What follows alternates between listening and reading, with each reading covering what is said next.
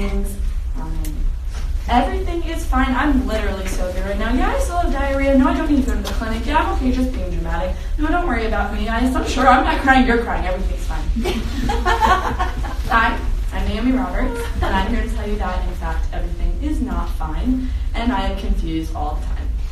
Like, all the time.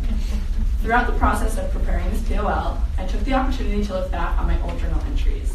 And the amount of time I spent lamenting how confused I was is kind of hilarious. One particular quote from November 18th, 2018 sums up the sentiment pretty well. I wrote, quote, "I guess all I do know is that I don't know what the fuck I'm doing, I don't like talking about it, and I'm not any less confused than I was when I left home. If anything, I am more confused. It makes me scared when people don't seem to be as terrified as I feel."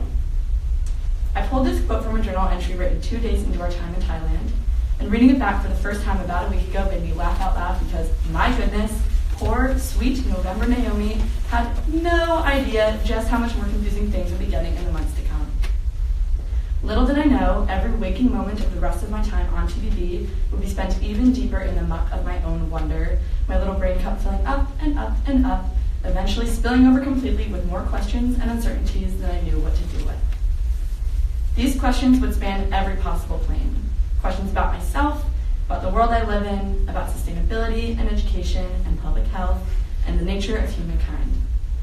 As you all know, our learning here on Thinking Beyond Borders encompasses a lot of different things, but it's guided by a few broader overarching questions. Among these questions are things like, who am I? What is development? What is poverty? What does it mean to be an agent of change? And more. Yes, I know, they're doozies. And then, of course, there were the questions that I had to ask myself, the ones that were more tailored to my experience on TVB and me as an individual, my own personal queries. Things like, where am I? Or wait, what's going on? Or why do Thai strangers keep wanting to sing Take Me Home Country Roads with me? Or why did I just do that? Or is Bruno, my Guatemalan host family's dog, supposed to be munching on the ear of corn right now? Is that like his snack or something? Why is he just biting off the kernels and spitting them onto the ground? Should I take it away from him? Or, oh my God, Naomi, seriously? Why did you just do that? And now, as our days on TVB draw to a close, it comes time for me to show all of you what has become of my confusion, to illustrate to you what precisely I have learned during my time on this program. So, I stand before you, right here, right now, to publicly say, on the record, that as a matter of fact, I have the definite answer to exactly 0 of those questions. The Naomi that began this journey back in September, that confused girl, though she would never admit it, would likely be horrified by this apparent lack of progress. Are you serious? Not a single question answered, not one. The answer is, sorry, but yes, I'm serious. One of the 10 principles of teaching and learning that help to encompass the intellectual values of TVB as a program declares that, quote, we should strive not to have an answer for every question, but a question for every answer. When I was first introduced to this principle during our time in orientation, I figured it must be at least a little hyperbolic. Spoiler alert, it isn't. Before TVB, especially during high school, I think that my confusion made me hesitate to look for answers in the first place, because dead ends are not satisfying and not knowing is scary. Or rather, I feigned curiosity and a desire to search, constantly reading about philosophy and exploring explanations to life's greatest, most unanswerable questions, but every time settling in almost immediately on weird, nihilistic, unwavering conclusions. Consciously or not, I think I walked into this program and my gap year on the whole hoping, if not expecting, to arrive at some better idea of who I am, what the world around me is, the why of it all. I want to preface by saying that I have absolutely learned so very much. Maybe no grand philosophical discoveries about the universe, but the amount of learning we have all done is truly remarkable. That being said, I've spent the entirety of the last 6 months hopelessly, tirelessly, infuriatingly confused, and overwhelmed by my confusion, and petrified by the sheer magnitude of the things that I do not know. And I have come away from each step forward, so to speak, with 100 new questions and uncertainties. The nature of thinking beyond borders, and really just international travel in general, is inherently confusing. The majority of my time on this program was spent living with people who, for the most part, did not speak my language, or toddling around work placements that I was thoroughly unqualified to be occupying, or being tossed confusedly from place to place like a clueless, helpless American ragdoll, or sitting in our seminar space where, on the daily, I was faced with new, overwhelming, world-shattering, perspective-shifting information and obliged to question my entire being. And with each new host family, language, culture, worksite, and intellectual theme, guess how many answers I got? None. And how many new questions? Far too many to count. One of the things I've struggled most profoundly with over the course of this experience is the question of who is Naomi? At the beginning of the program, I distinctly remember saying that I felt like I didn't have a single clue who I was, but I wanted nothing more than to find out. In one particular group activity during our time spent in Guatemala, we were shown a list of 75 different personal values and tasked with identifying the two most important to each of us. The value authenticity made it into my final selection, and that was no accident. Now, I want to clarify, authenticity was not one of my top two values because it was something that I practiced every day. When I stepped off of that plane to Guatemala City, into this new place, swallowed by a culture far from my own, forced to speak a language I only half understood, surrounded by these bizarre strangers that I would have no choice but to exist alongside for the next 6 months of my life, I was probably as far from being my most authentic self as I have ever been. Entering this new group of spectacularly bright, intriguing, unique individuals was wonderful and exciting for so many reasons, but it was far from easy. How the hell was I supposed to reveal my authentic self to these people if I didn't even know what my authentic self looked like? How could I help but be overwhelmingly, suffocatingly afraid that these people wouldn't like authentic Naomi if I didn't even know if I liked authentic Naomi, if I didn't even know who she was? Like I said, authenticity wasn't one of my two values because it was something that I had accomplished and prided myself on having achieved. On the contrary, authenticity made my top two because it was a seemingly unattainable goal that I so desperately craved to reach, but I knew I had not yet. My everlasting confusion about anything and everything played a big part in my fruitless attempts to root out my most authentic self. That question, who is Naomi, continued to gnaw at me relentlessly. I was so unsure of who I was, felt like I had no idea how to even begin to approach that road to self-discovery. I joke sometimes that I'm both impulsive and easily manipulated by others, and that the combination of these two traits is dangerous. The number of dumb things I have done on this program just because someone told me to is remarkable. Like buying shoes that are 1.5 sizes too big because someone else told me they fit, or eating a bell pepper off of the ground at an outdoor market, teeming with livestock in Morocco because someone jokingly said I should, or getting a new tattoo, or dyeing my hair blue, or countless other moments of impulsivity that came not from my own actual desire to act, but from someone else's gentle provocation. Of all of the questions I've asked on this trip, and trust me when I say that I have asked a lot of questions, the one most frequently asked is probably, why on earth did I just do that? But I think that that statement about my easy manipulation is more deeply true than I typically allow myself to acknowledge. Whether this is something that people see in me or not, I've never been particularly good at acting for myself. I'm rash, impulsive, emotional, and constantly seeking to please. TBB has given me the space to begin to learn how to live for myself, to be comfortable in my aloneness, to live for me and to make decisions for me, and to be vulnerable and honest and silly and authentic and curious and stupid, not because I've been convinced by my environment to do so, but because I genuinely am those things, because I want to act for my own sake. These are things that I still struggle with, enormously so, but today when I say that I want to be the most authentic Naomi possible, I mean it. I still have approximately 100 million questions about myself and my identity, who I am and what I want, but with each tear, each smile, each heartbreak, each gut-wrenching fit of laughter, each end-of-the-world meltdown, each moment of sun on my skin, wind in my hair, sheer, unadulterated joy, I am learning. If nothing else, TBB has forced me in this direction. To want to search for more, to learn, not just about myself, but about the world around me too. I'm scared of people, I'm scared of the world, I'm scared of the future, and I'm scared of myself. But as terrified as I am of all of these things, I am utterly fascinated by them. I am far from being my most honest, most vulnerable Naomi, but as no one will ever let me forget, I'm 19 and I'm getting there. And yet, I find certain personal transformations to be a bit more appreciable, even to my all too biased and ever self-critical eye.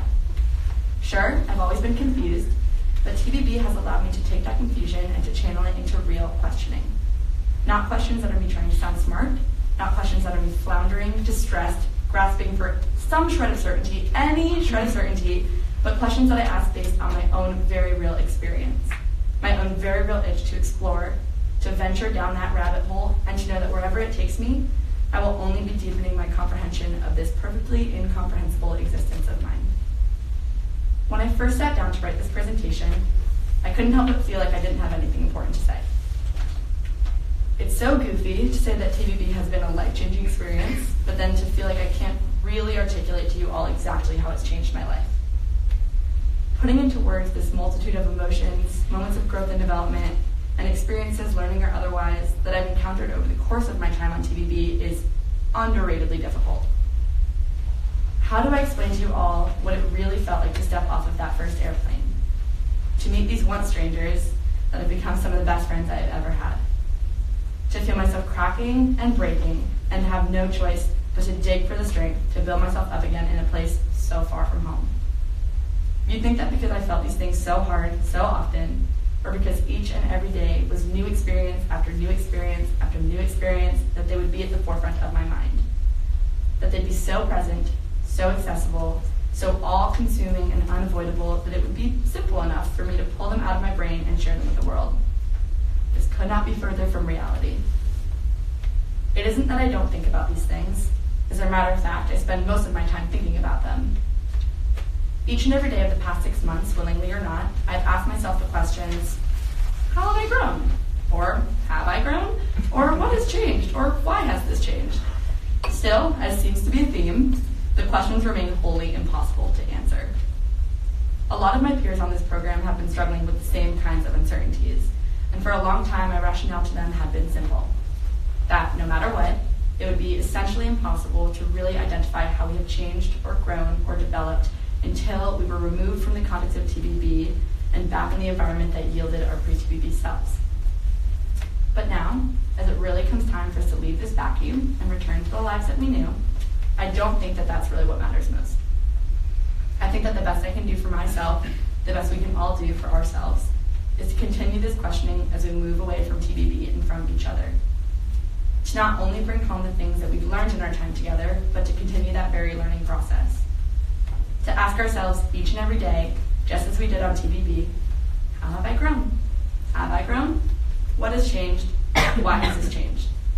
To never, ever, ever stop questioning. Truthfully, I have had no real choice but to get a little bit more comfortable living in this space, in this seemingly never-ending state of utter bewilderment. That's not to say that I'm no longer scared or that I've lost my desire to know. Frankly, I'm terrified, and my hunger for knowledge has never been more insatiable. Honestly, I can say with confidence that it has nothing to do with not being confused anymore, because in this moment, trying to explain to you all what I'm feeling, what I've experienced, where my brain has been for the last 6 months, and why you should care, I'm probably more flustered than I have ever been before. So I'm not going to pretend that everything is okay, that I'm not positively quaking in my boots up here trying to speak in front of you all, or that I have the answers that I thought I was looking for. But I will tell you that I know that I'm going to be scared, and I'm going to want answers I'll never get, and that isn't easy, it isn't even okay, it just is, and I can handle that. I'm incredibly proud of Naomi. I'm proud of the silly 18-year-old who took herself way too seriously way back when in September, who had no idea what kind of struggle and growth she would find herself coming face to face with in the months to come. I'm proud of the Naomi that skid down the slippery slope of her own feelings and frankly face planted on the ground at the bottom of that hill. And I'm proud of the Naomi that stands in front of you all today, both very much the same as the girl who started this journey 6 months ago and wholly irreversibly different. I'm confused, but I'm not a cynic. I know that I told you all that I've gotten no answers, but the takeaway here isn't that I've learned nothing. Yes, the unknown still gives me enormous amounts of anxiety, and no, I'm not suddenly neat and tidy, confident and curious with no strings attached, but TBB has given me the power to start to try to manifest these scary, confusing things into something more productive. Like it or not, I still couldn't really tell you exactly who authentic Naomi is or what she looks like. Maybe she's kind, compassionate, loving. Maybe she's impulsive, emotionally tumultuous, and more than a little bit peculiar. Maybe she's inquisitive, nervous, and doing her best. And maybe her authenticity lies in her not really knowing, in her persistent questioning, searching, hitting a wall, falling flat on her face, and questioning again. I think that more likely than not, she's all of these things and more. I'd like to leave you all today with a quote written by American novelist Wendell Berry that I first became familiar with a few months ago while reading an article for one of our education unit seminars. I think that it encapsulates what I've learned here on TBB pretty well. It goes as follows. When we no longer know what to do, we have come to our real work. And when we no longer know which way to go, we have begun our real journey. The mind that is not baffled is not employed. The impeded stream is the one that sings. And so, here I am, standing before you after 6 months of not knowing what to do, not knowing which way to go, utterly baffled, and singing at the top of my lungs. Thank you.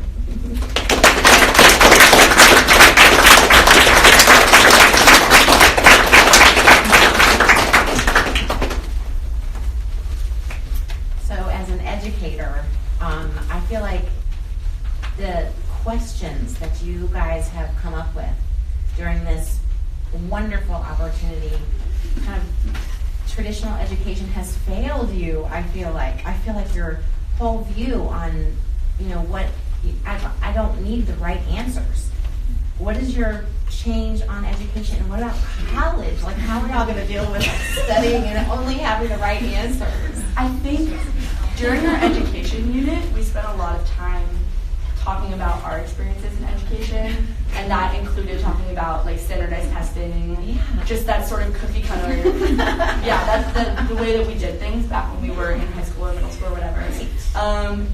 It's changed a lot. It's made us question a lot of the foundation that we have been building this learning upon, but I think the only way that we were really able to question things the way that we were on this experience was because we had that sort of prior experience to question. So we have these, you can say the same thing about sustainability or about public health. Our experiences with those things back in the United States, I think gave us this sort of concrete, real life experience to look back on and be like, I lived this, I don't feel good about it, I want to think about it and dig into it, and now what can we do?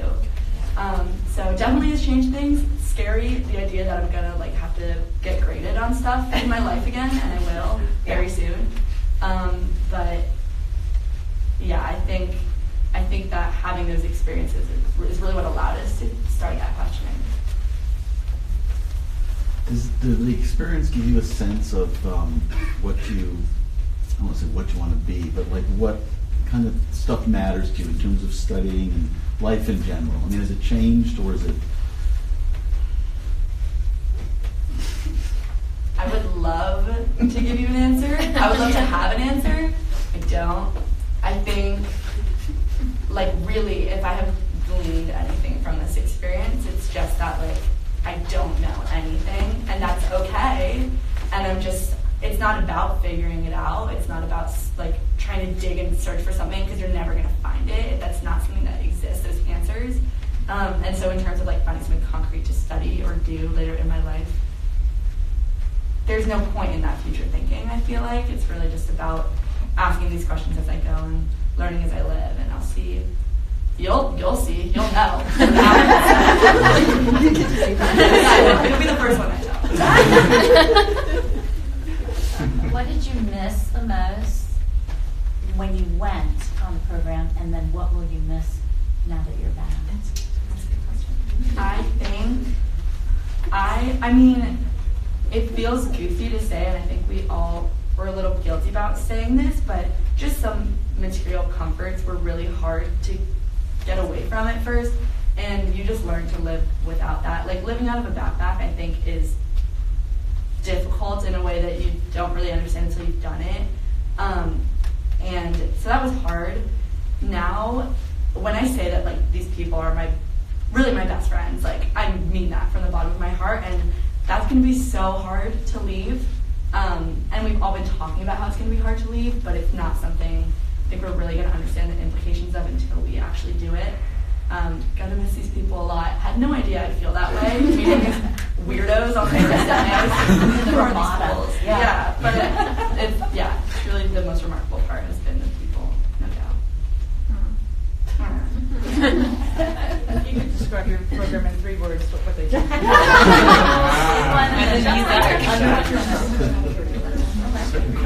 Confusing, inexplicable.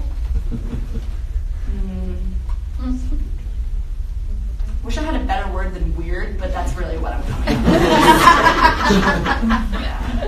with. Yeah. Different. Unique. Great. I may have missed this, and forgive me if I did, but you said early in your remarks that they presented you with a list of 75 personal values. Yes. You had to pick 2. You focused a lot on authenticity. What was the other one that you picked originally? The other one was curiosity. Curiosity. Fits in with the theme, I think. But I do think, I didn't really touch on this in this talk, but in my personal reflection, I think one other thing that TBB has done for me is allow me to take anxiety and confusion and to mix those two and turn them out into curiosity, into real wholesome curiosity, rather than just being scared and floundering and not knowing and being so flustered by not knowing. I've sort of taken that and turned it into something a lot more productive, and I would call that curiosity. So maybe that was another thing that, in saying it was one of my values, didn't necessarily really practice it the way I wished I had, but I've gotten a lot closer to after these That's systems. huge. Yeah, that's good. Big takeaway. You say that you realize that you're going to have to be graded again, and that is a little, I don't know whether you regard it as off-putting or frightening or whatever. If I could suggest this, typically the stuff that you're graded on has to do with gathering information, facts, information, you know this, you know that. But the stuff that you've been pondering and questions that you've been posing to yourself, they require you to have information so as to be able to struggle towards some conclusion if possible. But these are things that are not, they don't consist of information themselves. They're much more imponderable and much more subjective than that. It's the kind of thing that philosophers reach for all the time and never seem to get to either. Yeah. And so if you just satisfy yourself that you're graded on information, that's okay, because you need that. Yeah. But keep thinking about the things that go beyond facts and information and wrestle with the process of assimilating it all and reaching for a conclusion. I'll be honest with you, I think it would be easier if I didn't have to wrestle with these questions anymore, but TBB has broken us, and I have a choice now, and I will be questioning forever. And I think understanding the system, like the education system, understanding what we're going back into, you just have to know, the system that you're in and know how to work that system and not let that break you. I'm okay with the way TBB has broken me. That's cool. I'm cool with that, guys. But it's great. But yeah, I think I would agree. And I think it's been a really valuable experience learning that you have to take initiative, and take charge of your own learning, because we're not getting graded. So if you don't want to do your readings, you don't have to, but then you miss out. So. We've had 4 incredible personal stories that of how this trip has, maybe 2 trips, that made you different. I was wondering, and you clearly grew, and so have the other speakers, and I'm sure the fifth will too. But what have you noticed these changes in your peers as they were going through their personal stories? Have you seen the difference as they grew? That's been something we've talked about together a little bit, and it's hard because we see the changes happening. It's like when you're physically changing, if you look at yourself in the mirror every day, you're not going to be able to all of a sudden one day see that you've changed because you've seen the process taking place. And I think it's been the same thing. It's been the same thing here. I've seen my peers growing and changing every day in just these incremental ways.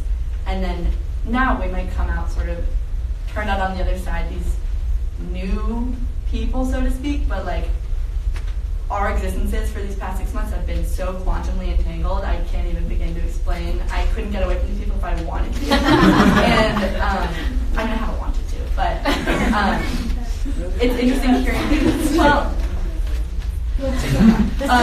it's interesting hearing other people's personal reflections and hearing how they think they've changed, and then getting to be oh yeah, I remember you in September, I remember how you were then, and now seeing you now, comparing those 2 images, you absolutely have matured and grown, and that's really rewarding to see, even as a group mate.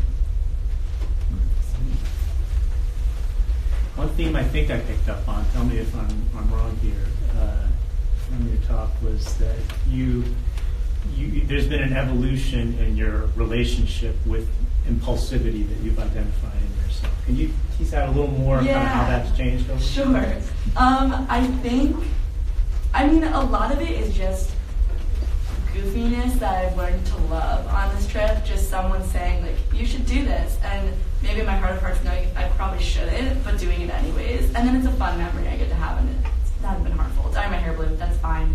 But I think, like, I think the relationship that has sort of grown from that, like, between me and my actions is just now doing kind of goofy things because they make me happy, not because just someone else told me to do it and I don't know how to, like, not, like, how to say no, like, I'm not going to do that. Like, that's, yeah, I think a lot of it is learning to have fun and learning to laugh at myself here.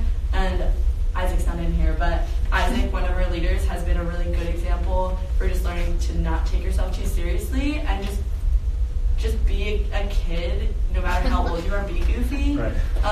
And are you finding that you're more selective now in the impulses that you indulge, or not? And does that matter? Maybe it doesn't. Yeah, I don't know that I necessarily am. I think I just do a lot of silly little things now that maybe even at some point in my life I would have, like, been more embarrassed about, because again, why did you do them? Because it's fun. Yeah. You know, like in Morocco, I didn't have to eat that bell pepper off the ground. It might have given me some bacteria I don't want, but we had a fun video, and now we get to look back on it and have that memory. Yeah. So, yeah, I think it's these goons kind of brought that out of me, but in a way that I'm really thankful for, and that is just going to give me lots of really fun memories. So indulging impulses is more purposeful now than it I was think before? so. Yeah. I would say so. Yeah. A silly question. Sure. Okay, how about that? If you could describe the trip in one sentence of sounds, not words.